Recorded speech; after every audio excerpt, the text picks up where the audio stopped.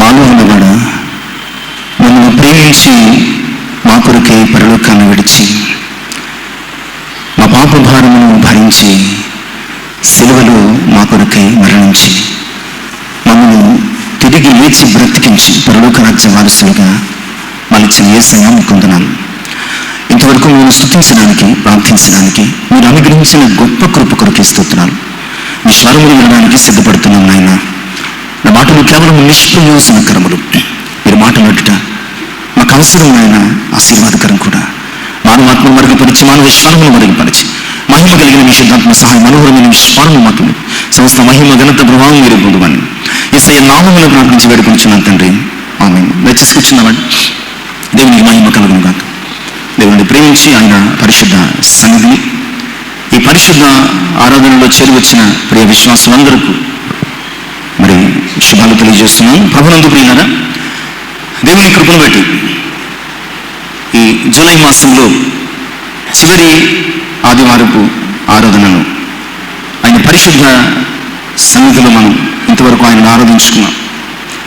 ఏర్పాటు చేయబడినటువంటి పరిశుద్ధ వాక్య భాగాలను మనము ధ్యానం చేసుకుందాం. వాక్య భాగాలు దినవృత్తాంతముల మొదటి గ్రంథం 17వ అధ్యాయం 22 నుంచి 27 వచనాలు. రెండవదిగా అపోస్తలుడైన పౌలు ఎఫెసీయులకు రాసినటువంటి పత్రిక మొదటి అధ్యాయము మొదటి 3 వచనాలు. ప్రభునందు ప్రియులారా, చదువుకున్నటువంటి మొదటి భాగం నుంచి అనగా దినవృత్తాంతముల మొదటి గ్రంథం 17, 22 నుంచి 27 వచనాలు. ఇక్కడ నాతాను ప్రవక్త ద్వారా దేవుడు మరి ఒక మారు దావీదును దర్శించి దావీదు జీవితంలో ఆయన ప్రణాళిక మొదటి నుంచి భవిష్యత్ తరములలో అనగా దావీదు సంతానమునకు కలగబోయే ప్రతి ఆశీర్వాదాన్ని గురించి మాట్లాడుతున్నాడు. నాతాను ద్వారా దేవుని యొక్క ప్రత్యక్షత లేదా దర్శనము లేదా వాగ్దానము ఇక్కడ దావీదునకు అనుగ్రహించబడిన తర్వాత దావీదు దేవుని సన్నిధిలోనికి వెళ్ళాడు. వెళ్ళి కూర్చున్నాడు. నేను చాలాసార్లు చెప్పాను. ఇప్పుడులాగా దేవుని మందిరంలో దేవుని మహిమార్థమైనటువంటి ఉపకరణాలు లేదా వస్తువులు ఉన్నాయి, కానీ మనిషి కంఫర్ట్ కోసం ఈ బెంచీలు, కుర్చీలు ఇవేమీ లేవు. ఎవరైనా సరే సర్వ సృష్టికర్త అయినటువంటి దేవుని సన్నిధిలో ఏం చేయాలా? కూర్చోవాలంతే. అలాగూ మహారాజు అయినటువంటి దావీదు వెళ్ళి దేవుని సన్నిధిలో కూర్చుండి ఇలా ప్రార్థన చేస్తున్నాడు.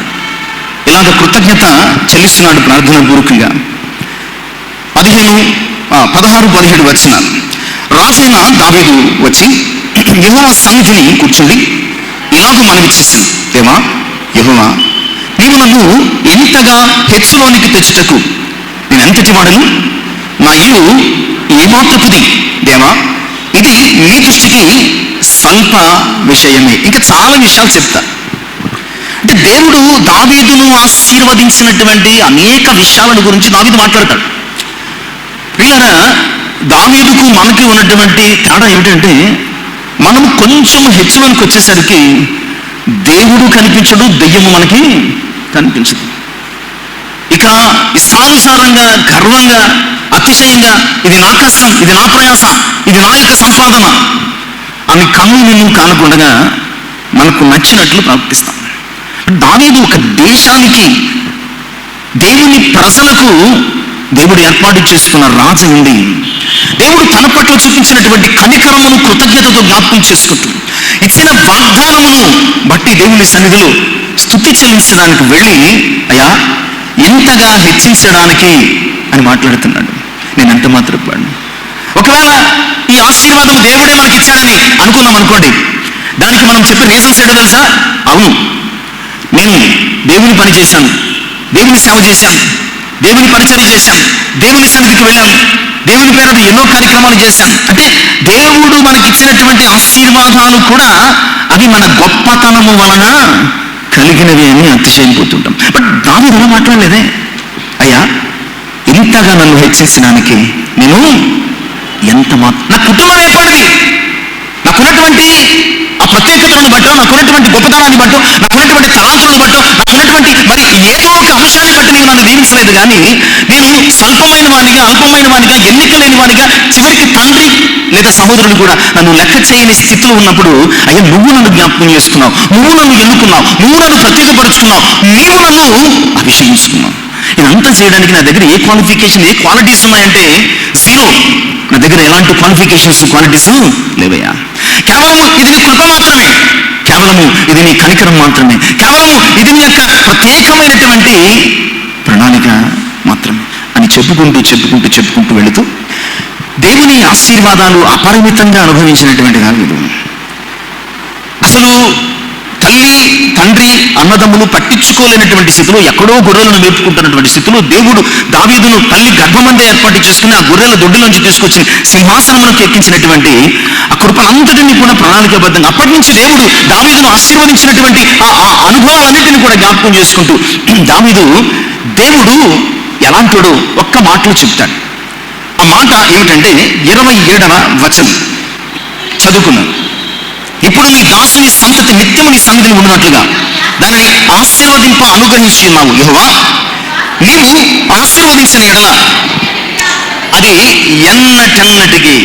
ఇక్కడ దావీదు దేవుణ్ణి ఎలా పరిచయం చేయాలనుకున్నాడంటే, దావీదు దేవుణ్ణి మనకు ఎలా పరిచయం చేయాలనుకున్నాడంటే, ఆయన ఆశీర్వదించే దేవుడు, ఆయన ఆశీర్వదించే దేవుడు.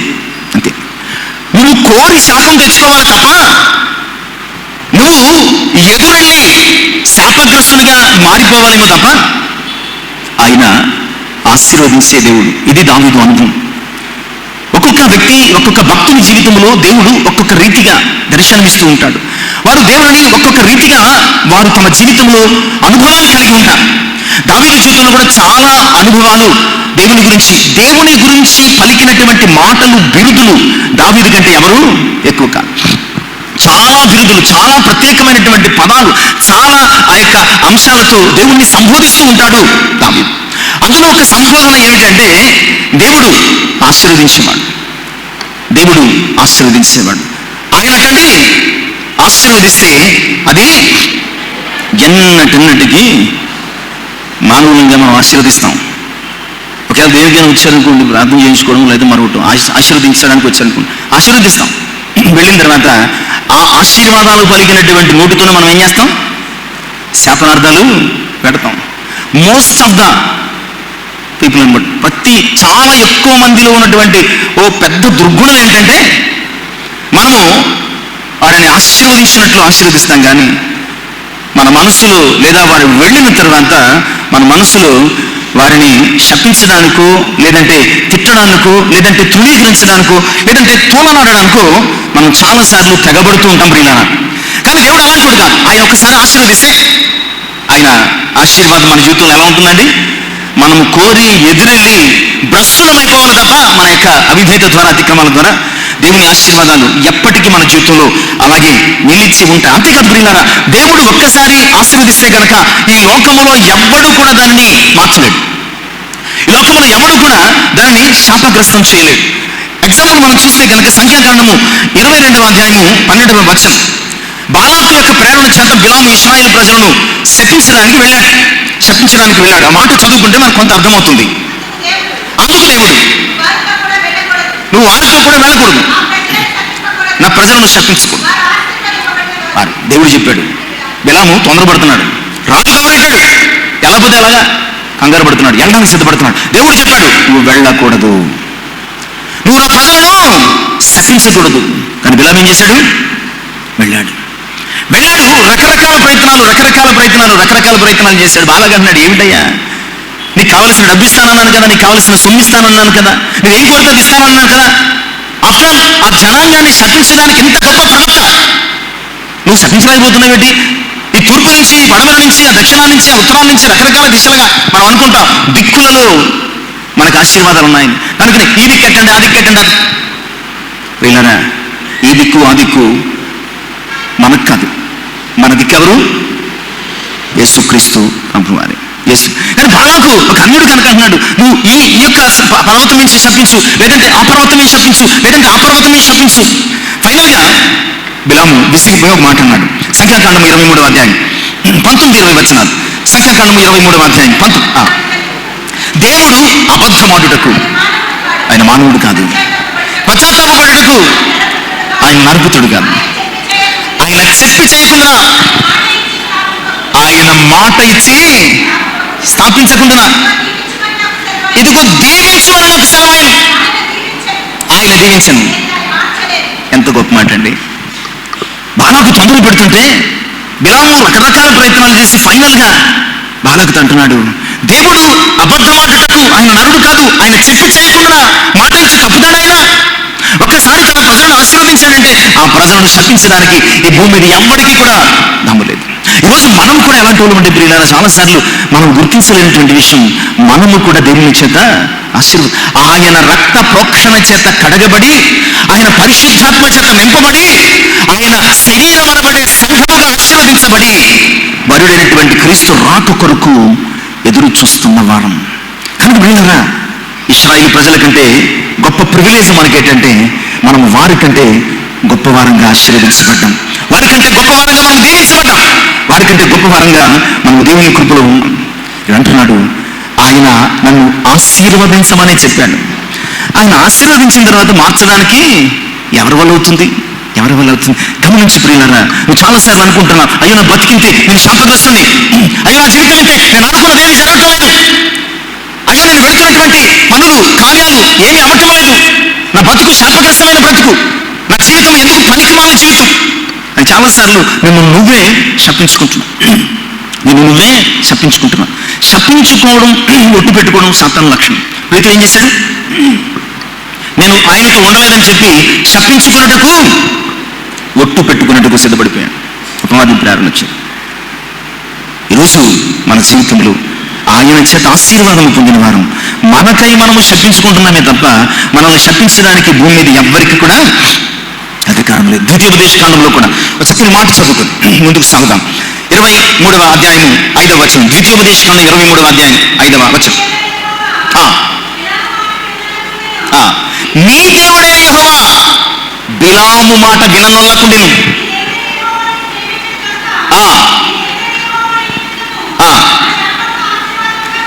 నీ దేవుడైన యెహోవా నిన్ను ప్రేమించిన కనుక నీ దేవుడైన యెహోవా ఆ శాపమును ఆశీర్వాదకరంగా చేశాడు. చాలాసార్లు మనం ఆ అమ్మాయిలా తిట్టేసిందండి, అమ్మాయిలా తిట్టేసిందండి, అమ్మాయిలా శపించేసిందండి, ఊరికి టెన్షన్ పడిపోయి భయపడిపోయి ఏదేదో అయిపోతాం. ఎవ్వడు నేను శపించలేడు, నీకు తెలుసా? అది ఈ భూమి మీద ఎవ్వడు నేను శపించలేడు. బిలాము శపించాడట. బిలాము శాపాలన్నీ కూడా ఏమైపోయినాయి? ఎందుకు పనికిరాలేదు, పైగా ఆశీర్వాదాలు అయిపోయినాయి. అందుకని ఎవరన్నా తిడితే నువ్వు నవ్వుకో, ఎవరన్నా తిడితే వాళ్ళ గురించి ప్రార్థించు, ఎవరన్నా తిడితే పోలే అని పలకరించు. నువ్వు ఒక మాట తిడితే 10 మాటలు తిట్టావనుకోండి, నీ శాపాలు ఏమైపోతే 10 రెట్లు ఎక్కువైపోతాయి. 10 తిట్లు తిట్టినప్పుడు నువ్వు 100 సార్లు వారిని ఆశీర్వదించి పలకరించావనుకోండి, అవి వేల కొలదిగా నీ జీవితంలో ఆశీర్వాదాలుగా మారిపోతాయి. కనుక ప్రియులారా, ఇక్కడ బిలాము శపించిన గాని దేవుడు నీ దేవుడే యెహోవా మాటని మీకు ఆశీర్వాదకరంగా మార్చివేశాడు. ఈ లోకంలో నిన్ను ఎంత తిట్టినా, ఎవరు తిట్టినా, ఏమన్నప్పటికీ నువ్వు భయపడాల్సిన, కృంగిపోవలసిన, ఏదో అయిపోవాల్సిన అవసరం లేదు. నిన్ను ఎవరు తిట్టారో ఆ యొక్క తిట్లు వారికే శాపాలుగా మారతాయి, వారికే శాపాలుగా మారతాయి.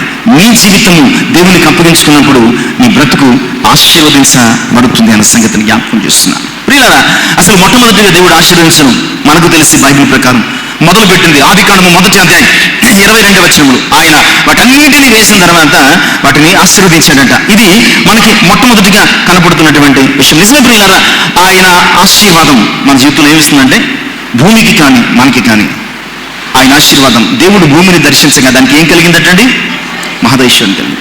అలాగే దేవుడు మనల్ని దర్శించినప్పుడు కూడా ప్రియులారా మనకు ఆశీర్వాదము కలుగుతుంది, లేదా ఐశ్వర్యం. సామెతలు మరి 10:22 చదవవసరం లేదండి.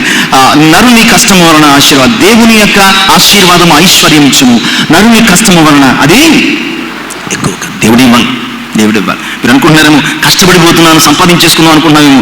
దేవుడు నీకు కష్టపడడానికి ఆరోగ్యం ఇవ్వకపోతే, నీ కష్టాన్ని ఆశీర్వదించకపోతే, నువ్వు రాత్రింబగలు కష్టపడినా అది బూడిదలు పూసినా లేదు. దేవుడు ఆశీర్వదించాలి, నీ రూపాయిని ఆశీర్వదించాలి, నీ కష్టాన్ని ఆశీర్వదించాలి, నీ శ్రమను ఆశీర్వదించాలి, నీ పరిశ్రమను ఆశీర్వదించాలి, నీ పనిని ఆశీర్వదించాలి, నీ ప్రయత్నాన్ని ఆశీర్వదించాలి. ఆయన ఆశీర్వదిస్తేనే కానీ అది ఆశీర్వాదము ఎన్నటికీ కాదు. ఆయన ఆశీర్వదిస్తే అది ఎప్పటికీ శాపము కాబోదు. ప్రియులారా, బాగుంది. ఆశీర్వాదము ఆశీర్వాదము ఆశీర్వాదం ఇంచుమించు 10 నిమిషాల నుంచి చెప్తున్నాం, లేదా బాగుంది ఆశీర్వాదం. సో బాగానే ఉంది. మరి ఆశీర్వాదాలు ఎక్కడి నుంచి వస్తాయి? ఈ ఆశీర్వాదాలు ఎక్కడి నుంచి వస్తాయి? గతంలో మాట చెప్పాను నేను. ఒక యాడ్ని అనుసరించి గతంలో దీని గురించి ఒక టాపిక్ వచ్చినప్పుడు ఒక మాట చెప్పాను, మీకు గుర్తుందో లేదు. ఆశీర్వాదాలు బాగా టీవీ చూస్తారేమో. ఆశీర్వాదాలు ఊరికే రావు. ఆయన చెప్పాడు డబ్బులు ఊరికే రావు అన్నట్టుగా. ప్రియులారా, ఆశీర్వాదాలు ఊరికే రావు. మనము ఆశీర్వదించబడాలంటే మన యొక్క ప్రయత్నం ఉండాలి, లేదా మన కృషి ఉండాలి. మనము దేవుడు ఆశీర్వదించేలాగా మనం బ్రతకడానికి సిద్ధపడాలి. ఇది చాలా బాగుంది. ఆశీర్వాదాలు ఆశీర్వాదాలు ఆశీర్వాదాలు అని మొదలుపెట్టారు. ఈరోజు ప్రాస్పరిటీకి సంబంధించిన మెసేజ్లే సంఘానికి ఇష్టమవుతున్నాయి. కఠినంగా చెప్పే పాస్టర్ గారు నచ్చడం లేదు, ఈయన అర్థంలో తిడతాడంటారు. కానీ ఇప్పుడు నేను ప్రాస్పరిటీ గురించి మాత్రమే మాట్లాడటం లేదు. ఆ ప్రాస్పరిటీ కావాలంటే నేను రెస్పాన్సిబిలిటీ గురించి మాట్లాడుతున్నాను. నేను ఒక ప్రాస్పరిటీ గురించి మాట్లాడటం లేదు. నేను కేవలము అభివృద్ధి గురించో క్షేమాన్ని గురించో మాట్లాడటం లేదు. అది నీకు కావాలనుకుంటే కనుక ఆశీర్వాదము అనే మెసేజ్ చెప్తే నువ్వు ఆశీర్వదించబడవు. ఆ ఆశీర్వాదాలు కావాలంటే, ఆ ప్రాస్పరిటీ కావాలంటే నీ రెస్పాన్సిబిలిటీ అనేది నీ జీవితంలో ఖచ్చితంగా ఉండి తీరా. అందుకనే చెప్పాను, ఆయన ఎందుకు చెప్పాడో తెలియదు కానీ అది మాత్రం మనకి దీనికి బాగా సూట్ అవుతుంది. ఆశీర్వాదాలు ఖచ్చితంగా ఊరకెరాం. ఆశీర్వాదాల వెనుక నీ ఆత్మీయ వ్యాయామము సార్థకత ఉండాలి. ఆశీర్వాదాలు నీ జీవితంలో రావాలంటే దానికి నీ కృషి ఉండాలి. అప్పుడు ఆయన కృప తోడవుతుంది. వాటిని పరిశుద్ధ గ్రంథంలో ఉన్నటువంటి మనకు బాగా తెలిసినటువంటి ఆ ఆది కాండము నుంచి ఉన్నటువంటి వ్యక్తుల ద్వారా ఒక 7 సంగతులు నేను త్వరగా చెప్పేస్తాను. ఒకవేళ ముగించలేకపోతే మధ్యలో ఆపేస్తాను, నెక్స్ట్ వీక్ చెప్పుకోవచ్చు. ఓకేనా? త్వరగా నేను 7 సంగతులను చెప్పే ప్రయత్నం చేస్తాను. ప్రియులారా, వ్యక్తిగత జీవితంలో లేదా వ్యక్తుల జీవితంలో దేవుడు ఇందాక బైబిల్లో మొట్టమొదట ఆశీర్వదించిన సమయాన్ని రెఫరెన్స్ చెప్తాను. ఇప్పుడు వ్యక్తిగతంగా ఆయన ఆశీర్వదించిన మొదలుపెట్టినటువంటి సంఘటనలు మనం చూద్దామండి. అందులో మొట్టమొదటిది ప్రియులారా, ఆది కాండము 1వ అధ్యాయం 28వ వచనం. ఆది కాండము 1వ అధ్యాయం. ఇది బాగా తెలిసినటువంటి మాట అనమాట మనకి. దేవుడు వారిని ఆశీర్వదించండి, ఎట్లనగా మీరు ఫలించి అభివృద్ధి చెంది విస్తరించి భూమిని నిండించి దానిని ఇది మానవ జీవితంలో దేవుడు ఇచ్చినటువంటి ఫస్ట్ ఆశీర్వాదం, బ్లెస్సింగ్ అనమాటాడు. ఇది ఎవరిని ఆశీర్వదించాడు అంటే నరులను ఆశీర్వదించాడు. ఎవరిని ఆశీర్వదించాడంటే మొట్టమొదటిగా ఆయన వ్యక్తుల జీవితంలో నరులను, అంటే అప్పుడు ఎవరున్నారంటే ఆదాము, వారిని ఆశీర్వదించాడు. ఎందుకు ఆశీర్వదించాడు దేవుడు? ఎందుకు ఆశీర్వదించాడు? ప్రియులారా, 26వ వచనంలో ఎందుకు ఆశీర్వదించాడో దాని రీజన్ చెబుతూ దేవుడు మన స్వరూపమందు మన పోలిక చొప్పున నరులను చేయడము, వారు సముద్రపు చేపలను ఆకాశ పక్షులను చాలండి. 28వ వచనము కనెక్షన్ ఎక్కడుందంటే 26వ వచనంలో ఉన్నది. అదేమిటంటే దేవుడు అన్నాడట, మన స్వరూపము చొప్పున మన పోలిక చొప్పున నరులను చేయదు. 28వ వచనంలో ఆయన ఆశీర్వదించడానికి కారణం ఏంటంటే నరుడు ఎవరి పోలికండి? నరుడు ఎవరి పోలిక? చూడండి, మీ ఇంట్లో భార్య భర్త ఉంటారు. కొడుకేమో నాన్నలాగా ఉంటాడు, కూతురేమో అమ్మలాగా ఉంటుంది. నాన్న ఏం చేస్తాడంటే ఎప్పుడు తెచ్చిన పప్పలు కానీ మిఠాయి పొట్లాలు కానీ బట్టలు కానీ ఫస్ట్ ప్రయారిటీ ఎవరిది? ఇద్దరిని బాగానే చూస్తారు, కొంచెం ఫేవర్ ఉంటుంది అనమాట. అమ్మ ఏం చేస్తాడంటే ఎలాగో నాన్న బయటకు తెస్తారు, వీడికి మాత్రం, ఈ అమ్మాయికి మాత్రం ఇంట్లో బాగా మంచి వండి పెడతా ఉంటారు. నేను ఇప్పుడు సొంతంగా చెప్పడం లేదు. ఎక్కడుంది? ఇస్సాకు ఆశీర్వాదాలన్నీ ఎవరికి కావాలనుకున్నాడు? బాబు సీక్రెట్గా చెప్పాడు అనుకోండి, నేను కళ్ళు కనిపించలేదు కదా, పక్కన భార్య ఉంటుంది. మన ఇళ్ళలో సహజంగా ఉంటున్నాయి. వెళ్ళి వేటవాసం తీసుకెళ్ళి నేను ఆశీర్వదిస్తాను. ఇదంతా వినేసేసి రేపు ఏం చేసిందంటే, నాన్న అన్నీకి ఇలా చెప్పాడు, నువ్వు అంతకంటే ముందుగా ఇది తీసుకోవాలా అని చెప్పేసి ఒక మరి చక్కటి గొర్రెపిల్లను వదిలించి బూచిగబ్బి పంపించింది. ఇవన్నీ మనకు అర్థమైన విషయాలు. ప్రియులారా, అంటే దీని అర్థం ఏంటంటే తండ్రి పోలికగా ఉన్నటువంటి బిడ్డల్ని తండ్రి ఎక్కువ ప్రేమిస్తాడు, తల్లి పోలికగా ఉన్నటువంటి బిడ్డల్ని. అలాగే తండ్రి అలవాట్లు, తండ్రిల మాటలు, ఇవన్నీ కూడా ప్రియులారా సహజంగా జరిగేవి. ఎక్కడ కూడా దేవుడు తన పోలిక చొప్పున మనం చేసుకుని, అంటే నరువులు చేసుకుని వారిని ఆశీర్వదించాడు. ఈరోజు ఇందాక చెప్పాను కదా, ఆశీర్వాదాలు ఊరికి రావు. ఈరోజు నీ జీవితంలో ఆశీర్వాదాలు కావాలంటే నువ్వేం చేయాలి? ఆయన పోలికలోనికి నీవు మార్చబడాలి. ఆయన పోలికలోనికి నీవు మార్చబడితేనే కానీ, ఆయన పోలికలోనికి నీవు సారూప్యత చెందితేనే కానీ, ఆయన పోలికలోనికి నీవు రూపాంతరము చెందితేనే కానీ ప్రియులారా నీ జీవితంలో ఆశీర్వాదం రాదు. సాతాను పోలికలు వేసుకుని ఆయన ముందు తిరిగితే ఒళ్ళు మండిపోతూ ఉంటుంది. ఇప్పుడు చక్కటి మంచిగా తయారు చేసి పంపించాయంటే ఆడు బుడగలో దురదలు వచ్చాయనుకోండి, అమ్మనానికి ఏమొద్ది ఒళ్ళు మండిపోయినట్టు దబా పీకేసేసి బట్టలు లాగేసేసి బాత్రూంలో తోసేసేసి మళ్ళీ ఆ కంటికి కనిపించినాడు అని కూడా అంతే. మనమేమో సాతానేసాలు వేసుకుని ఈ లోకంలో సాతాను పాత్రలుగా తిరుగుతూ ఉంటే మన జీవితంలో ఆశీర్వాదాలు ఎక్కడికి వస్తాయి? సాతాను యొక్క పాత్రలు, సాతాను అలవాట్లు, సాతాను వేషధారణ, సాతాను పరిస్థితులతో మనము సాతాను దూతలు, దేవుని స్వరూపమందు చేయబడిన మనము సాతాను దూతలా తిరుగుతూ ఉంటే నాకు ఆశీర్వాదాలు రావు. నాకు ఆశీర్వాదాలు కావాలంటే ఆయన స్వారూప్యంలోనికి, ఆయన పోలికలోనికి, ఆయన ఆ స్థితిలోనికి, స్వభావంలోనికి మనం రూపాంతరము చెందితే ప్రియులారా మన జీవితంలో ఆశీర్వాదాలు వస్తాయి. ఇక్కడ నరులు ఆశీర్వాదాన్ని పోగొట్టుకోవడానికి కూడా కారణం ఉందండి. ఆ తర్వాత 3వ అధ్యాయంలో, నేను వచనాలు చెప్పే సమయం అయిపోతుంది కనుక 3వ అధ్యాయంలో ప్రియులారా దేవుడు వారిని శపించడానికి కారణం ఏంటో తెలుసా? వారిలో దేవుని పోలిక. అప్పటి వరకు వారు దిగంబరులుగా ఉన్నప్పటికీ వారు సిగ్గు ఎరుగుతుండరు. ఎప్పుడైతే సాతాను పోలికగా మార్చబడ్డారో వారిలో దిగంబర స్వరూపం ఏర్పడింది. సాతానుతున్నదే వారిని శపించండి. కనుక ప్రియులారా ఈ రోజు ఆశీర్వాదాలు ఆయన ఆశీర్వదిస్తాడు, ఆయన ఆశీర్వాదాలు మాత్రమే ఇస్తాడు. కానీ మన పోలిక మార్చుకొని మనం ఏం చేస్తున్నామంటే శాపాలు కొని తెచ్చుకుంటున్నాం. ఈరోజు దేవుని ఆశీర్వాదం మనకి కావాలంటే వాక్యం వచ్చాక మనము ఆయన పోలికగా మార్చబడదాం. ఎఫెసీ పత్రికలో అదే చెప్తూ ఉంటాడండి, మనము నవీన స్వభావమును ధరించుకుందాం. మనము ఎఫెసీ పత్రిక 4వ అధ్యాయం త్వరగా చూద్దామండి. 4వ అధ్యాయం 22 నుంచి చూద్దాం. కావున మునుపటి ప్రవర్తన విషయంలోనైతే మోసకరమైన దురాశలను చెడిపోవు మీ ప్రాచీన స్వభావమును వదులుకుని మీ చిత్తవృత్తి అందు నూతన పరచబడిన వారై నీతియు యథార్థమైన భక్తియు గలవారై దేవుని పోలికగా సృష్టించబడిన నవీన దేవుని పోలికగా సృష్టించబడిన నవీన స్వభావం ఏంటంటే నీతి యథార్థత భక్తి. దేవుని స్వరూపం కోల్పోవడానికి ఆ ఆదాము అవ్వలలో యథార్థత పోయింది, నీతి పోయింది. దేవుని ఎడల భక్తి కాక తమ యొక్క భవిష్యత్తు ఎడల కోరిక పుట్టిందండి. అందుకని దేవుని బయటికి ఇంటవేయబడ్డారు. ఈరోజు నువ్వు ఆశీర్వదించబడాలంటే నీతియు యథార్థమైన భక్తి అనే నవీన స్వభావమును, నూతన పురుషుని యొక్క స్వభావమును, దేవుని స్వభావమును ధరించుకోవలసినటువంటి అవసరత ఉన్నది అనే సంగతిని దేవుని యొక్క వాక్యం ద్వారా జ్ఞాపకం చేస్తున్నాం. ఈరోజు మనలో దేవుని స్వరూపం ఉన్నదా లేదా ఈ లోక సంబంధమైనటువంటి ఆనవాళ్లు మన జీవితంలో ఉన్నాయా? ఎలాంటి స్థితి కలిగి ఉన్నాము మన ఒక్కసారి మనము దేవుని స్వరూపంలోనికి మలచబడితేనటండి 21వ సంకీర్తన 6వ చరణంలో 21వ సంకీర్తన 6వ చరణంలో చక్కని మాట చూద్దాం. నిత్యము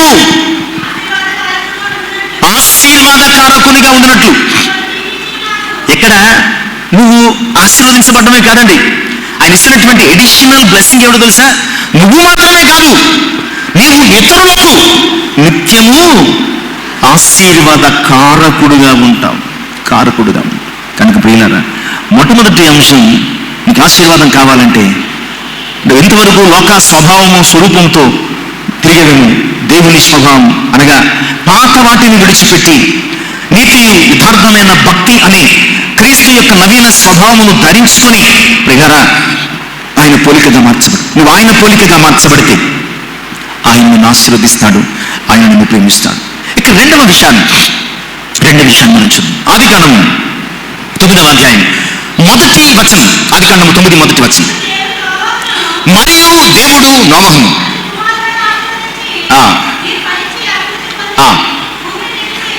మరియు దేవుడైన యెహోవా నోవహును అతని కుమారులను ఆశీర్వదించాడు. ఆదాము దగ్గర ఎలాంటి ఆశీర్వాదాలు ఉన్నాయి, మరో అవి రిపీట్ అవుతున్నాయి ఇక్కడ. బట్ పర్సన్ మారాడు. ఈ ఆశీర్వాదానికి ముందు భూమి మీదకి ఏమొచ్చిందండి? శాపం వచ్చింది. ఈ ఆశీర్వాదానికి ముందు భూమి మీదకి జలప్రళయము అనే శాపం వచ్చింది. కారణం, నరులు తమ మార్గాలను చెరిపి వేసుకున్నారటండి. నరులు బలత్కారముతో నిండిపోయారట. నరుల హృదయము చెడ్డతనముతో నిండిపోయిందటండి. నరులను చేసినందుకు దేవుడు చాలా పశ్చాత్తాపడ్డాడు, చాలా సంతాపపడ్డాడు, చాలా వేదన చెందాడు. దేవుడు వేదన చెంది సంతాపపడి భూమి మీద నరులను తుడిచివేయాలి అని అనుకున్నాడండి ప్రియులారా. దాని అర్థం, ఇక వాళ్ళను మార్చడం దేవుని వల్ల కూడా మార్చగలడు, కానీ అంతకు మించి ఏదో ఒక పార్టు, ఒక స్టెమ్ కుళ్ళిపోయింది అనుకోండి, చెట్టుకి ఒక ఆకు ఒక కొమ్మ కుళ్ళిపోయింది అనుకోండి, పేరు పట్టింది అనుకో, ఏం చేస్తాం?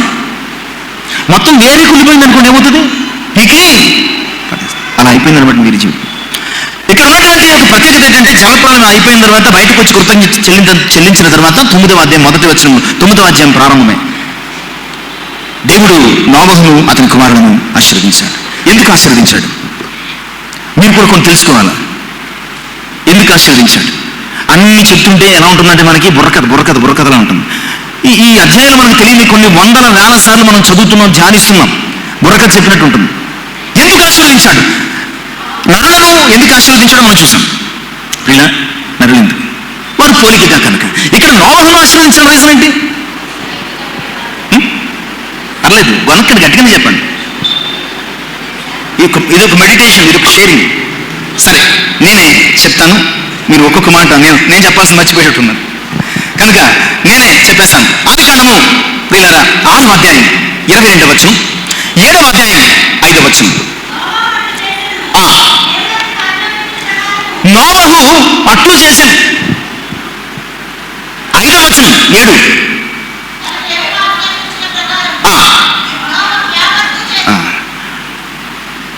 ప్రియులారా, నోవహు నీతిమంతుడి కాదంటం లేదు, నోవహు యథార్థవంతుడి కాదంటం లేదు, నోవహు గొప్పడే. There is no more arguments. నీతిమంతుడు గొప్పడైంది, చివరిలో ఆయన చెప్పింది చేయకపోతే నువ్వెంత గొప్పడైన ఆయనకి తన పోలిక చెప్పున చేసుకున్నటువంటి ఆదామును అవను బయటికి ఎందుకు గెట్టేశాడు? ఆయన చెప్పినట్లు చేయలేదని గెట్టేశాడు.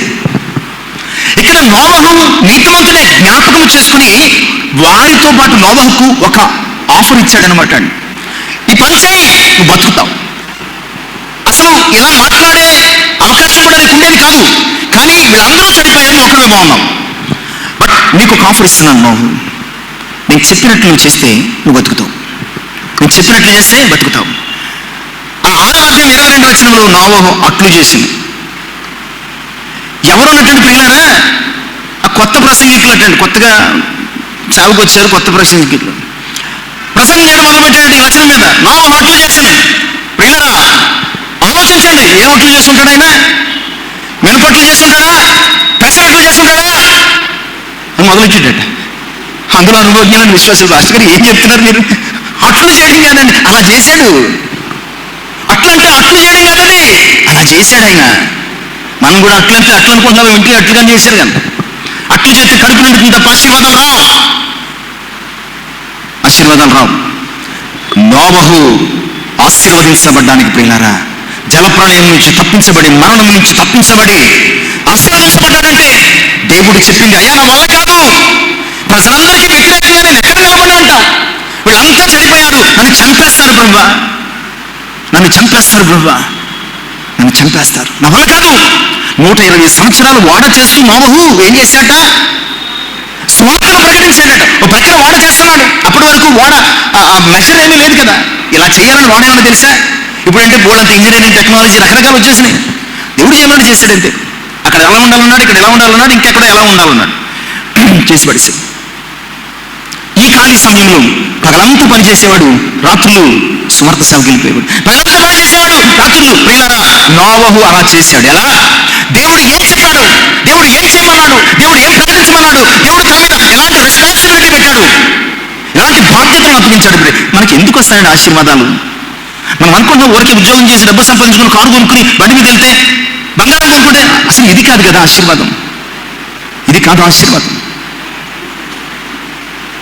ఆశీర్వాదం అంటే పౌలు వలి గుండె మీద చేసుకుని పడుకోవడం, మంచి పోరాటం పోరాడాను, పరుగు తుదముట్టించాను. విశ్వాసం ఇది కదా. సంపాదించుకున్నాడు ఎవడో, దేవుణ్ణి కలిగిన వాడు సంపాదించుకుంటున్నాడు, లేనివాడు కూడా సంపాదించుకుంటున్నాడు. ఇది కాదు సంపాదన. పరలోకపు ఆనందం, నిరీక్షణ, ఆయన రాక కొరకు ఎదురు చూపు, అక్కడ జీవ కిరీటం మనకి నీతి కిరీటం ఉంటుందన్నటువంటి గొప్ప భరోసా మనకు ఉండాలి. అది ఆశీర్వాదం. ఇక్కడ అలా ప్రకటించి జలప్రళయం నుంచి తప్పించుకున్న తర్వాత ఆ 9వ అధ్యాయంలో వెళ్ళారా, దేవుడైన యెహోవా నోవహును అతని కుమారులను ఆశీర్వదించాడు. రీజన్ ఏంటంటే అలా చేశారు. ఆయన చెప్పింది అలా చేశాడు, కాదనలేదు, లేదనలేదు. అయ్యా ఎందుకు వాడ, అసలు సముద్రం ఎక్కడ, వాడెక్కడ, నీవేంటో తెలియదు, ఇది ఎక్కడ నుంచి ఉంటుంది, పైగా కిందంతా నుంచోడానికి వీల్లేదే. ఎలాగా? ఏమీ వేషించలేదు. ఏం చెప్పాడో అది చేశాడంతే. దేవుడు ఏం చెప్పాడో అది చేశాడు. ఇంకోటి తెలుసా, ఆయన ఎంత మెజర్ పెట్టమన్నాడో అంతే మెజర్ పెట్టాడు. కిటికీ ఇక్కడ ఉండాలి, తలుపు ఇక్కడ ఉండాలి, ఎంత ఎత్తు ఉండాలి, ఎంత వెడల్పు ఉండాలి, ఎంతమంది పట్టాలి, ఏంటి ప్రభు అన్నీ ఎలా చేశాడు, ఎలా చెప్పాడు అలాగే చేశాడు. ఎలా చెప్పాడు అలా చేశాడు. ప్రియులారా, రోజు నువ్వు ఆశీర్వదించబడాలంటే నీ దేవుడు చెప్పింది చెయ్యడం ఒక్కటే మార్గం. నువ్వు దీవించబడాలి, నువ్వు ఆశీర్వదించబడాలి, నీ జీవితంలో ఆయన కృప దొరకాలంటే there is no other option. One and only option ఏమిటంటే ఆయన చెప్పింది చేయాలంతే. ఆయన చెప్పింది చెయ్యడం ఒక్కటే మన జీవితంలో ఆప్షన్, వేరే ఆప్షన్. నోవహు అట్లు చేసి ఆయన చెప్పింది అలా చేసి ఆశీర్వదించాడు. ఇక మూడవది అబ్రహాం. వరుస క్రమంలో వస్తున్నాం. మూడవది అబ్రహాం. ఆదికాండం 24:1. ఆదికాండం 24. అబ్రహాము బహుకాలం గడిచిన వృద్ధుడైంది.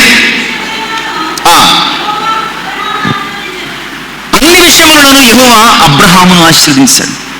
కొన్నిసార్లు మనకి వయసు రాగానే ఆశీర్వాదాలు రావాలి, బాప్తిసం పొందేసుకోగానే ఆశీర్వాదాలు రావాలి, ఒక్కసారి చర్చికి వెళ్తే ఆశీర్వాదాలు వచ్చేయాలా, కాలు కడితే ఆశీర్వాదాలు వచ్చేయాలా. మనంతా ఇన్స్టెంట్ అనమాట అండి. ఇన్స్టెంట్ వచ్చేయాలంతే.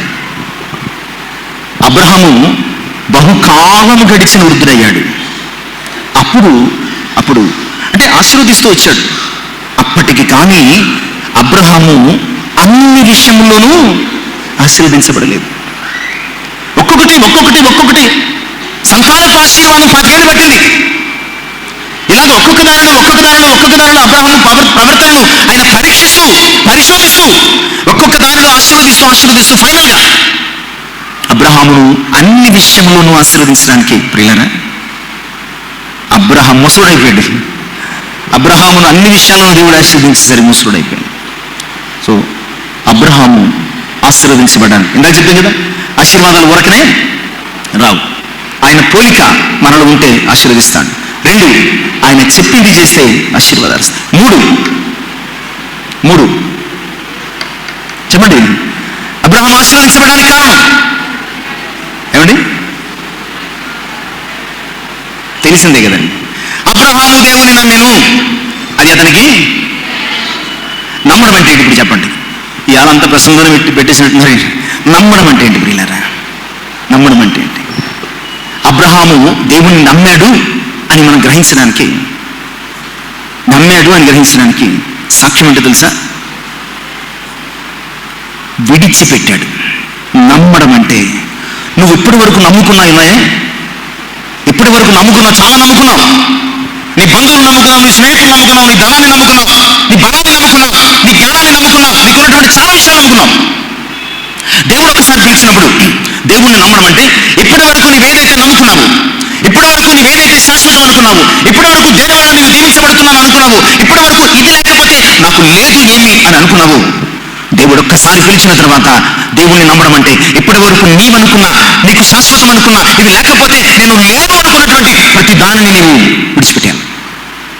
అందుకని అన్నాడు, అబ్రహాము నమ్ముతాడా లేదా అని దేవుడు, నీ దేశమును, నీ తండ్రి ఇంటి వారిని, నీ కుటుంబమును, నీ సమస్తాన్ని విడిచిపెట్టరా అన్నాడు. ఏం ప్రభు, ఏం మాట్లాడుతున్నావు అనలేదు. ప్రియరా, ఆదికాండం 12:4 ఒక చక్కని మాట రాయబడుతుంటుందండి. ఆదికాండము చాలండి. యెహోవా అతనితో చెప్పిన ప్రకారము ఏం చేశాట? అబ్రహాం వెళ్ళాడు అంతే. చెప్పిన ప్రకారము, ఇది ఆశీర్వాదానికి చాలా ప్రధానమైనది. చెప్పిన ప్రకారం. ఇప్పుడు దేవుడు చెప్పాడు. దేవుడు అంటే ఆయన ప్రార్థించే కదా. ఆదివారం ఆరాధన 10 గంటలు పెడదాం, 12:30 విడిచిపెట్టేస్తాం. ఆరాధనలు, స్తుతి గీతం, వాక్యం, ధ్యానం, పాట ఇవి ఉంటాయి. ఇవన్నీ కూడా దేవుని ప్రణాళిక చెప్పుకునే మన పూర్వీకులు పెద్దలు ఏర్పాటు చేశారు కదా, అంతే కదా. ఇక్కడ అబ్రాము దేవుడు చెప్పిన ప్రకారము వెళ్ళాను. ఇప్పుడు ఏం చెప్తున్నావు? ఆదివారం ఆరాధన 5 గంటలకు ఏం చెప్తున్నావు? 10 గంటలకు చెప్తున్నావు. దేవుడు చెప్పిన ప్రకారం వచ్చామా? దేవుడు చెప్పిన ప్రకారం వచ్చామా? వరకండి, ఎప్పుడైనా రండి, పర్లేదు, నాకేం ఇబ్బంది లేదు. మీరు మళ్ళీ దీని వంకర మీద బయటికి వెళ్ళి తిట్టుకోకండి. తిట్టుకున్న పెద్ద ప్రాబ్లం ఏం లేదు. ఎప్పుడు రమ్మన్నాడు ఆయన? 10 గంటలకు. మనం ఎప్పుడు వచ్చాం? ఎప్పుడు రమ్మన్నాడు ఆయన? ఆయన ఎప్పుడు చెప్పాడని అనుకోండి. రూల్స్ అండ్ రెగ్యులేషన్స్ చర్చలు కొన్ని ఉంటాయి కదా, దేవుడికి ప్రార్థనాపూర్వకంగా కానీ భక్తులు పెడతారు మన పూర్వీకులు. ఎప్పుడు వెళ్ళమన్నాడు? 12:30కా? ఆరాధన అయినప్పుడు వెళ్ళమన్నాడు. 12:30 కంటే ఒక గంట లేట్ అయింది, అరగంట లేట్ అయింది, వెళ్ళిపోతారు మీరు. అలా కాదు, మీరు చాలా తెలిసినాడు. ఎప్పుడు వెళ్ళమన్నాడు? ముగింపు స్తుతి గీతం అయిపోయిన తర్వాత. మనం ఏం చేస్తున్నాం? అయ్యో 2:30 గంటల ఆరాధనకే నువ్వు ఆయన చెప్పినట్టు చేయలేకపోతున్నావు కదా. అబ్రహాము బతుకంతా చేశాడు. ఆశీర్వాదాలు వరకనే వస్తాయి, వరకనే చప్పట్లు కొట్టేసి పాటలు పాడేసి ప్రార్థన చేస్తే రావు. ఎలా వస్తాయి ఆశీర్వాదాలు? కేవలం 2:30 గంటల ఆరాధన కొరకు నీవు ఆయన చెప్పింది చేయలేకపోతున్నావు. చాలా వెరీ సింపుల్. మన లైఫ్లో అత్యంత సింపుల్ థింగ్ ఏమన్నా ఉందండి ఇదే. ఇంతకు మించి ఏం లేదు. కష్టపడితే ఏం కాదు. స్వార్థకి వెళ్ళండి, లేకపోతే దెబ్బలు తినండి, లేకపోతే తిట్లు తినండి, లేకపోతే అది చేయండి, ఇచ్చేయండి, పోరాటాలు చేయండి, ఉద్యమాలు చేయండి అని చెప్పడం లేదు. జస్ట్ 2.5 hours సండే సర్వీస్కి రైట్ టైంకి రా, రైట్ టైం పోయింది. లైఫ్లో ఇంతకంటే సింపుల్ ఏమైనా ఉందా? ఇంతకంటే సింపుల్ ఏమైనా ఉందా? ఆయన చెప్పింది ఇదే చేయలేకపోతుంటే ఇంకేం చేస్తాం? ఈ 2:30 గంటల ఆరాధనలో టైంకి వచ్చి టైం అయిన తర్వాత వెళ్ళు అని చెప్తుంటే ఈ చిన్న విషయాన్ని మనం ఇంకా ఆశీర్వాదాలు ఎలా ఎక్స్పెక్ట్ చేస్తాం? దేవుని ఆశీర్వాదాలు లేని జీవితం ఏంటి? ఇక మనం అనుకోవసరం లేదు. దేవుని ఆశీర్వాదం లేకపోతే ఏంటది? ఆ జీవితం అంతా వేదనే, దుఃఖమే, కష్టమే. వీళ్ళని గమనించు, అబ్రహాము ఆయన చెప్పిన ప్రకారం చేశాడంతే, తూచా తప్పకుండా. ఇక్కడికి వెళ్ళేవాడండి, వచ్చిన టెంట్ వేసుకుని బలిపెట్టి ప్రార్థన చేసేవాడు. అబ్రహాం లేదు అని, ఇదేంటి ప్రభు ఇప్పుడే వచ్చాను కదా, కష్టపడి టెంట్ వేసుకున్నాను, నీకు ఇది కూడా కట్టాను కదా, బలి అర్పిస్తాను అనలేదు. వెంటనే టెంట్ తీసుకుని భుజం మీద వేసుకుని పోయేవాడు. అక్కడ వేసేవాడు, అక్కడ అంతే, ఇక్కడ వేసాడు, ఎక్కడ అంతే. ఎక్కడికి వెళ్ళమంటే అక్కడ వరకు పెట్టాడు. ఏం చేయమంటే చేశాడు, ఎలా బతుకమంటాడో బతికాడు. చివరికి కొడుకును బలిమంటే కత్తెత్తాడు కానీ కాదనలేదు. నువ్వు ఆయన చెప్పిన ప్రకారం చేస్తే నువ్వు ఆశీర్వదించబడతావు అంతే. ఇక వేరే ఆప్షన్ లేదు. నువ్వు ఆశీర్వదించబడాలంటే మన ఎదుట ఉన్నటువంటి ఒకే ఒక ఆప్షన్. ఇవన్నీ కూడా ఫైనల్గా ఆయన మాట ప్రకారం జీవించమని. ఇప్పుడు 3 చెప్పాం. ఆయన పోలికంటే ఆయన మాట ప్రకారం జీవించమని కదా. అట్లా చేశాడు అంటే ఇక్కడ కూడా అబ్రహాం అలా చేశాడు. విశ్వాసము అంటే ఆయన చెప్పినట్లు చేయడం. విశ్వాసం అంటే ఆయన ఏది చెప్పితే దాని కొరకు అన్ని వదులుకుని వెళ్ళడం. అబ్రహాం అన్ని వదులుకొని ఆయన చెప్పిన ప్రకారం వెళ్ళిపోయాడటండి. ఈరోజు నువ్వు ఆశీర్వదించబడాలంటే అబ్రహాము వలె విశ్వాసముతో ఈ లోకాన్ని విడిచిపెట్టి ప్రభుని ఏం చేయాలి? వెంబడించాలి. విశ్వాసముతో ఈ లోకాన్ని విడిచిపెట్టి ప్రభువును వెంబడించాలి. ఇక 4వ విషయం, ఆదికాండం 25:11. ఆదికాండం 25:11 త్వరగా చదువుదాం. ఇక 4వ వ్యక్తి ఎవరయ్యా అంటే, చదవండి అమ్మా, 25:11 అండి ఆదికాండం. అబ్రహాము మృతి పొందిన తరువాత దేవుడు అతని కుమారుడుకు, ఎంత గొప్ప దేవుడు అండి. అక్కడ చూసాం ఒక్కొక్కరిని. దీని ఉద్దేశం ఏంటంటే ప్రియులారా, నీ పితరులు మొదలుకొని చివరి తరము వరకు ఆయన ఆశీర్వదిస్తాడు. అయితే ఇక్కడ ఉన్నటువంటి ఒక ప్రత్యేక విషయం ఏంటంటే, నీ పిల్లలు ఆశీర్వదించమంటే నువ్వు బాగుండాలి, నువ్వు జాగ్రత్తగా ఉండాలి. ఇక్కడ నోహును, అబ్రహామును, తర్వాత అబ్రహాము మృతి పొందిన తర్వాత దేవుడు అతని కుమారుడైనటువంటి ఇస్సాకును ఆశీర్వదించాడు. ఆయన ఆశీర్వాదానికి కర్తండి. ఆయన ఆశీర్వదిస్తే ఎన్నటికి ఆశీర్వాదమే. దేవుడు అబ్రహాము చనిపోయాడని మర్చిపోయే దేవుడు కాదు. అబ్రహాము దేవుని స్నేహితుడే. ఒక స్నేహితుడు చనిపోయిన తర్వాత పిల్లల్ని ఎవరు పట్టించుకోరు. కానీ ఇక్కడ తన స్నేహితుడైన అబ్రహాము చనిపోయిన తర్వాత దేవుడు ఎవరిని జ్ఞాపకం చేసుకున్నాడు? తన స్నేహితుడు కుమారుడైనటువంటి ఇస్సాకును జ్ఞాపకం చేసుకుని ఆశీర్వదించాడు. కనుకనే ఆది ఆదికాండం 26వ అధ్యాయం 12వ వచనం నుంచి కొన్ని వచనాలు చదువుకుంటే ఎంత గొప్పగా ఆశీర్వదించబడ్డాడంటే, ఆ సంవత్సరం ఇస్సాకు విత్తనం వేసి 100 ఫలము పొందెను. ఆశీర్వదించిన కనుక అతడు గొప్పవాడగు వరకు క్రమక్రమముగా వృద్ధి, దేశ రాజే, దేశ ప్రజలే చూసి అసూయపడేంతగా వృద్ధి చెందాడు. ఒక రాజులో తయారాడు అనమాట. ఓ రాజులో తయారాడు. దేవుడు ఇస్సాకును ఆ దేశంలో రాజును చేశాడు. ఎలాగ ఆశీర్వదించబడ్డాడు? ఇస్సాకు ఆశీర్వదించబడడానికి కారణం ఏమిటి? ఇస్సాకు ఆశీర్వదించిన కారణం ఏమిటంటే, ఆదికాండం 26వ అధ్యాయం 3వ వచనంలో ఇంకా అక్కడ చెప్తాడు, నేను చెప్పే వరకు ఇస్సాకు ఇక్కడే ఉండు. మాట విని విధేయత చూపించాను. అక్కడ చెప్పకపోయినా, ఎక్కడ? మోరియా కొండ మీద చెప్పలేదు తండ్రి, చెప్పలేదు అసలు. చెప్పకపోయినా వెళ్ళి బంధించి పెడితే అర్థమైంది. కత్తెత్తేసరికి కేకలేసి పారిపోలేదు, కళ్ళు మూసుకుని ధ్యానంలోకి వెళ్ళిపోయాడు. ఇస్సాకు అంటే ఒక్కొక్క క్యారెక్టర్ మనం జ్ఞాపకం చేసుకున్నప్పుడు ఒక్కొక్క ఆత్మీయ లక్షణం బయటపడుతుంది. ఇంకా చాలా ఉంటాయి, బట్ అందులో వారు అగ్రగణ్యులు అనమాట. ఇస్సాకును జ్ఞాపకం చేసుకున్న వెంటనే మనకు వచ్చే మాట ఏమిటంటే, ఇస్సాకు విధేయత. ఆయన పరిపూర్ణమైనటువంటి విధేయత కలిగిన వాడు.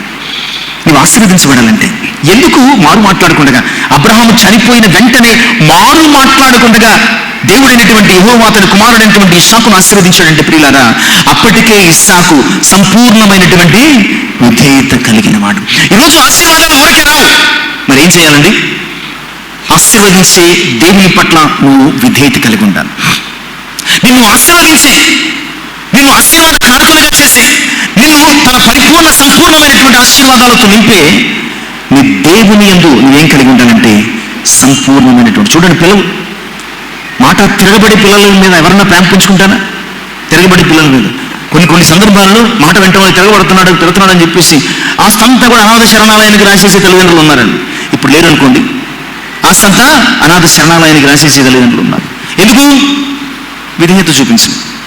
ప్రియులారా, నువ్వు దేవుని పట్ల విధేయత చూపించి అనుభవం కలిగి ఉంటే దేవుడు నిన్ను బహుగా ఆశీర్వదిస్తాడు, దీవిస్తాడు అనే సంగతిని తెలియజేస్తాడు. త్వరగా వెళ్ళిపోతున్నామండి. ఇంకా 3 విషయాలు ఉన్నాయి, సమయం అవుతుంది కనుక 3 విషయాలు క్లుప్తంగా మీకు ఫుల్ నోట్స్ ఇచ్చేసి నేను వాక్యాన్ని గురించడానికి సిద్ధపడుతున్నా. ఇక ఐదవ విషయం ఆదికాండం 32వ అధ్యాయం 29వ వచనం చివరి కంక్లూజన్లో మనం అన్ని ఒక్కసారి మాట్లాడుకుందాం.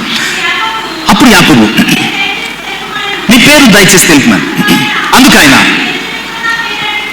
నువ్వు ఎందు నిమిత్తం నా పేరు అడిగితామని చెప్పి అక్కడ అతన్ని ఆశీర్వదించాను. ఇక్కడ చివరికి దేవుడు ఎవరిని ఆశీర్వదించాడు?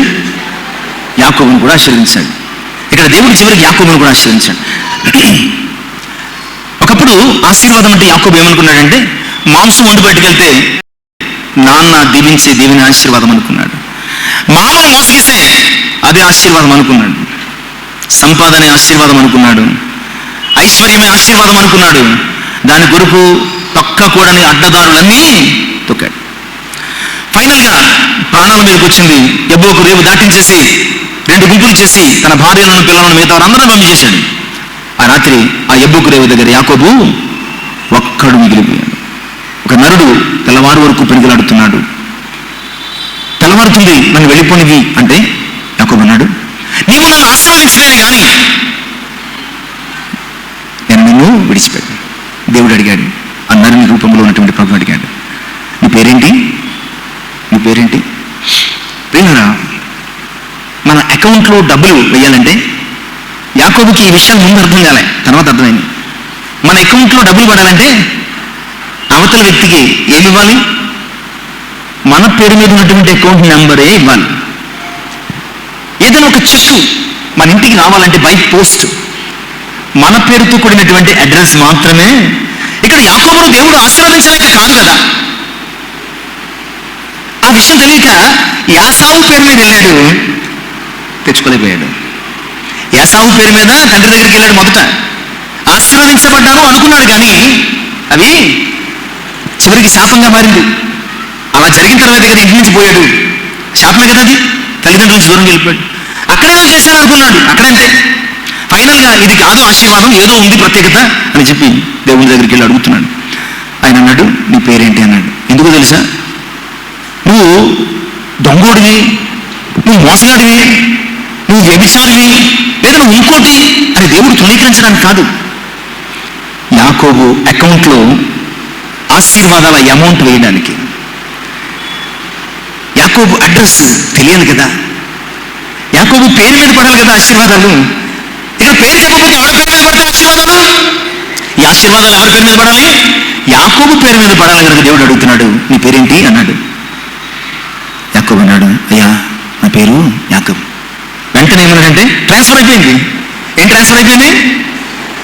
ఇక మీదట నీ పేరు.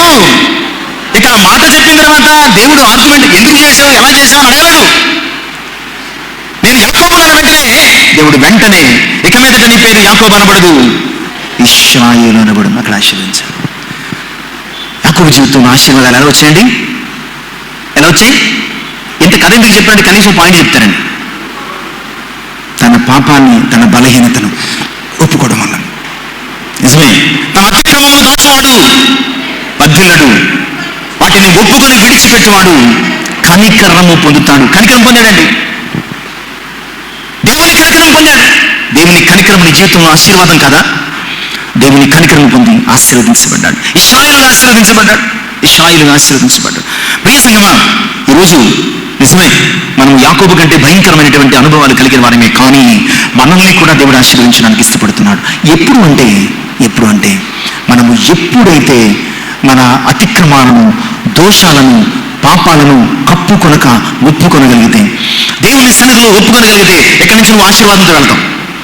ఇక్కడ దేవుని సన్నిధిలో నీ అతిక్రమాన్ని ఒప్పుకోగలిగితే ఇక్కడే నువ్వు ఆశీర్వదించబడి వెళ్తాం. ఎగ్జాంపుల్ సుంకరి. ఎగ్జాంపుల్ ఎవరండి? సుంకరి.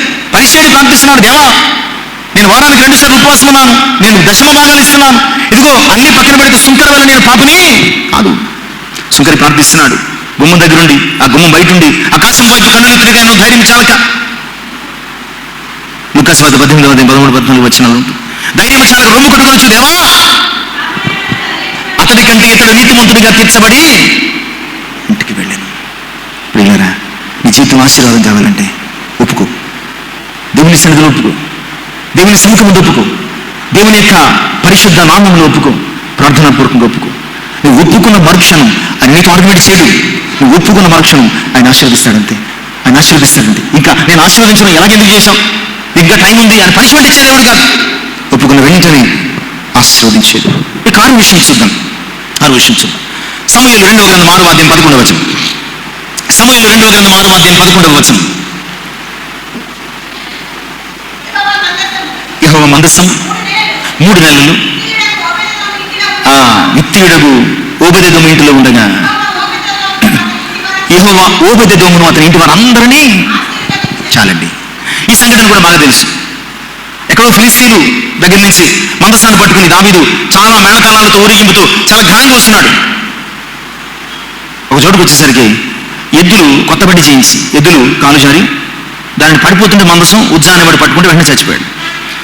ఇవన్నీ సందర్భం జారడం ఏంటి, పట్టుకోవడం ఏంటి, అసలు మందసాల ఇవన్నీ కూడా గడిచిన విధానంలో చాలాసార్లు చూసుకున్నాం. మందసం యాజకులు మాత్రమే మోతకర్రలతో మొయ్యాలి, కానీ దావీదు కొత్త ప్రయోగం చేసి, అందుకనే దావీదు అంతకు పూర్వం తెలుసు నేను వాడుక లేనటువంటి వీటితో నేను యుద్ధానికి వెళ్ళలేని అన్నాడు.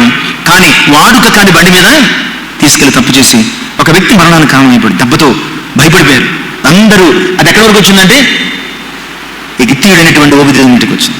అక్కడ ఆ మాట ప్రియులారా, అక్కడ ఒక మాట మనము చదువుకుంటే మనకి విషయం చాలా స్పష్టంగా అర్థమవుతుందండి. 10వ వచనం.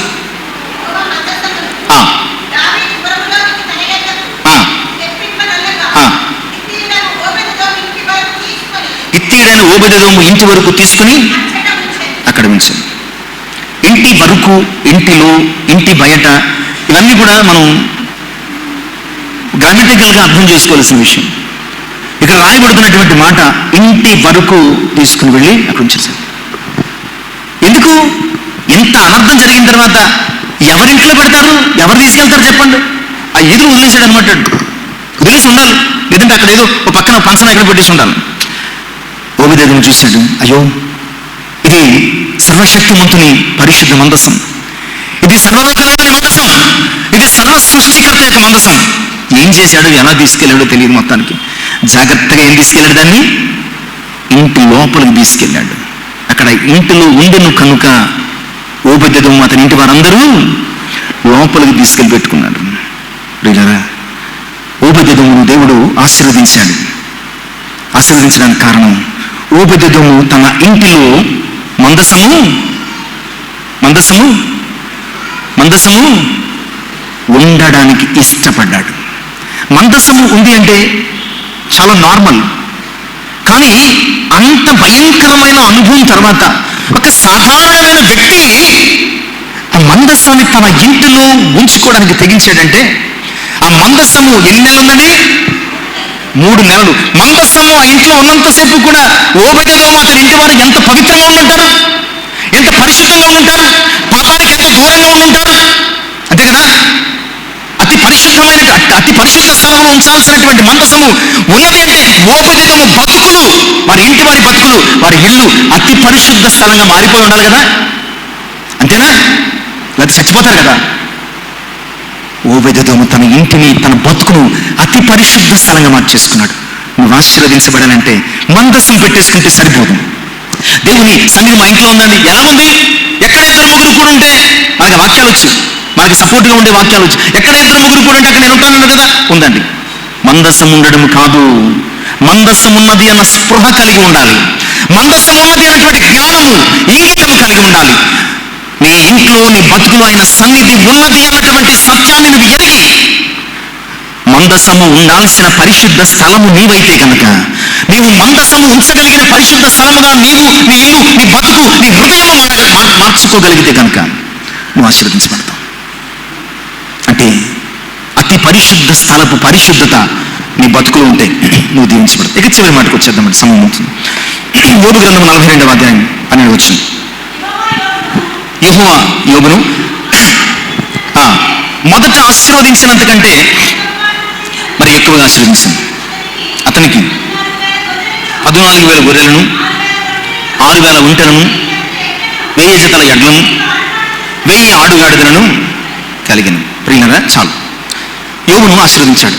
ఇంతకు పూర్వం 42వ అధ్యాయం సగం వరకు కూడా, అంటే 9వ వచనం వరకు కూడా యోబు జీవితం ఎవరైనా చూస్తే ఓ శాపగ్రస్తమైన జీవితం.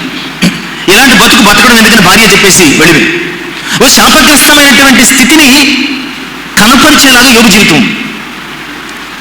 అకస్మాత్తుగా ఈ 10 నుంచి 12 వచనాలకు వచ్చేసరికి యోబు జీవితం మారిపోయింది. 10వ వచనంలో ఆశీర్వదించాడు, 12వ వచనంలో యోబును ఆశీర్వదించాడు, 2 అంతలు ఎక్కువగా ఆశీర్వదించాడు. యోబు చాలా ఆశీర్వదించబడిన వాడిగా ఉన్నాడు.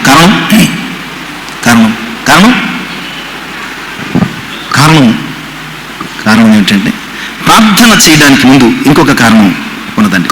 అది 7వ వచనంలో కనపడుతుంది. 7వ వచనంలో కనపడుతుంది. 7వ వచనం 2వ భాగం 42:7 అండి. యోబు ఎక్కడో ఉన్నారు మొత్తం అంతా, టైం అయిపోయింది వెళ్ళిపోదామని చూస్తున్నారా? చెప్పండి.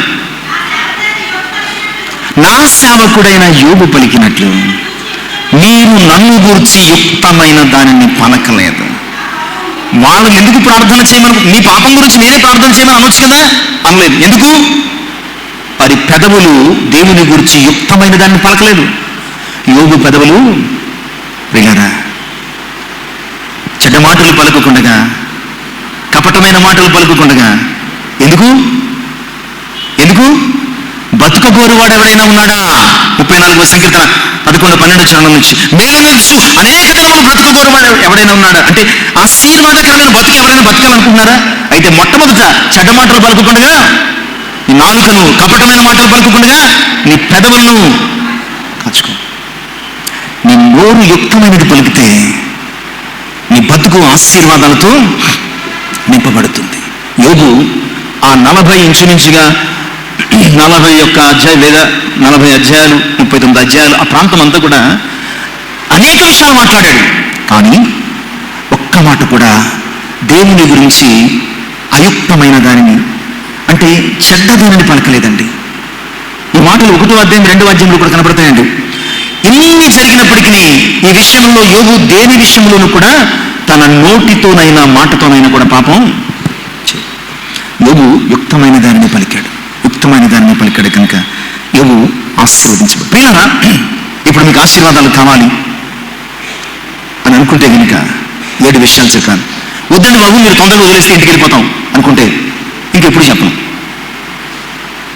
మాకు ఆశీర్వాదాలు కావాలండి అనుకుంటే ఓకే, లేదండి మీరు ఎంత తొందరగా వదిలేస్తే మేము వెళ్ళిపోతాం అనుకుంటే నేనేం చేయలేదు. మొట్టమొదటిగా ఆయన ఆశీర్వాదాలు కావాలంటే ఆయన పోలికని బతుకులు ఉండాలి, ఆయన చెప్పిన ప్రకారం చేయాలి, ఆయన కొరకు విశ్వాసంతో అన్ని ఈ లోక సంబంధమైనవి విడిచిపెట్టాలి, సంపూర్ణమైనటువంటి విధేయత ఇస్సాకు వలె కలిగి ఉండాలి, నీ యొక్క సమస్త బలహీనతను ఒప్పుకోవాలి, నీ బతుకు అతి పరిశుద్ధ స్థలం కాగలగాలి.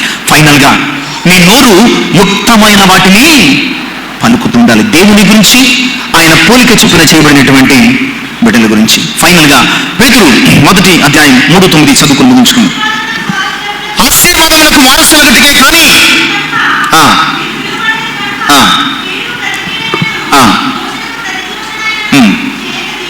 ఆశీర్వాదమునకు వారసులగుట్టుకే మీరు పిలువబడతారు కనుక శాపానికి కాదండి. కనుక దేవుని ఆశీర్వాదాలు పొందడానికి మనం ఆశపడితే చాలదు. మన ఆత్మీయ జీవితాన్ని మనం దేవునికి అనుకూలంగా మలుచుకోగలిగినప్పుడు, ఆయన ఒక్కసారి మనల్ని ఆశీర్వదిస్తే అది ఎన్నటెన్నటికి మన జీవితంలో ఆశీర్వాదం అవుతుంది. అట్టి ఆశీర్వాదాలకు వారసులము కావడానికి ఈ మాటలు మన హృదయములు ఫలింపచేసి మనం నేర్చుకున్న ప్రతి అంశము మన జీవితంలో అనుసరించి ఆచరించి నడుచుకోవడానికి సిద్ధపడాలని తెలియజేస్తుంది. మాటలు ముగిస్తున్నాం. మాటలు మన జీవితం ఆశీర్వాదకరంగా దేవుడు ఫలింపచేయను కాక ప్రార్థన చేసుకున్నాం. మహోన్నతమైనటువంటి మా ప్రియ పరిశుద్ధున, సకల ఆశీర్వాదములకు కారణమవుతున్న సర్వశక్తిమంతుడ వందనాలు అయ్యా. మీరు మాకు అనుగ్రహించిన వాక్యము ఆశీర్వదించే దేవుడు. మేము ఆశీర్వాదము మీ వలన పొందుకోవాలంటే ఏం చేయాలో అయ్యా, నరులను ఆశీర్వదించిన అనుభవాల ద్వారా నోవహు, అబ్రహాము, ఇస్సాకు, యాకోబు, ఓబెదెదోము, యోబు జీవిత అనుభవాల నుంచి మీరు మాకు నేర్పించారు. మీ వాక్యం మా హృదయంలో ఫలింపచేయండి అయ్యా. మీ ఆశీర్వాదములకు మేము పాత్రలను కావడానికి మీ ఎదుట యోగ్యులుగా మమ్మల్ని నిలుపుకోమని, సమస్త మహిమ ఘనత గృహం మీరు వాక్యం మా హృదయంలో ఫలింపచేయమని యేసు నామమున ప్రార్థించి వేడుకొనుచున్నాం తండ్రి. ఆమేన్. దేవునికి మహిమ కలుగును గాక. దేవుని దీవించి ఆశీర్వదించండి.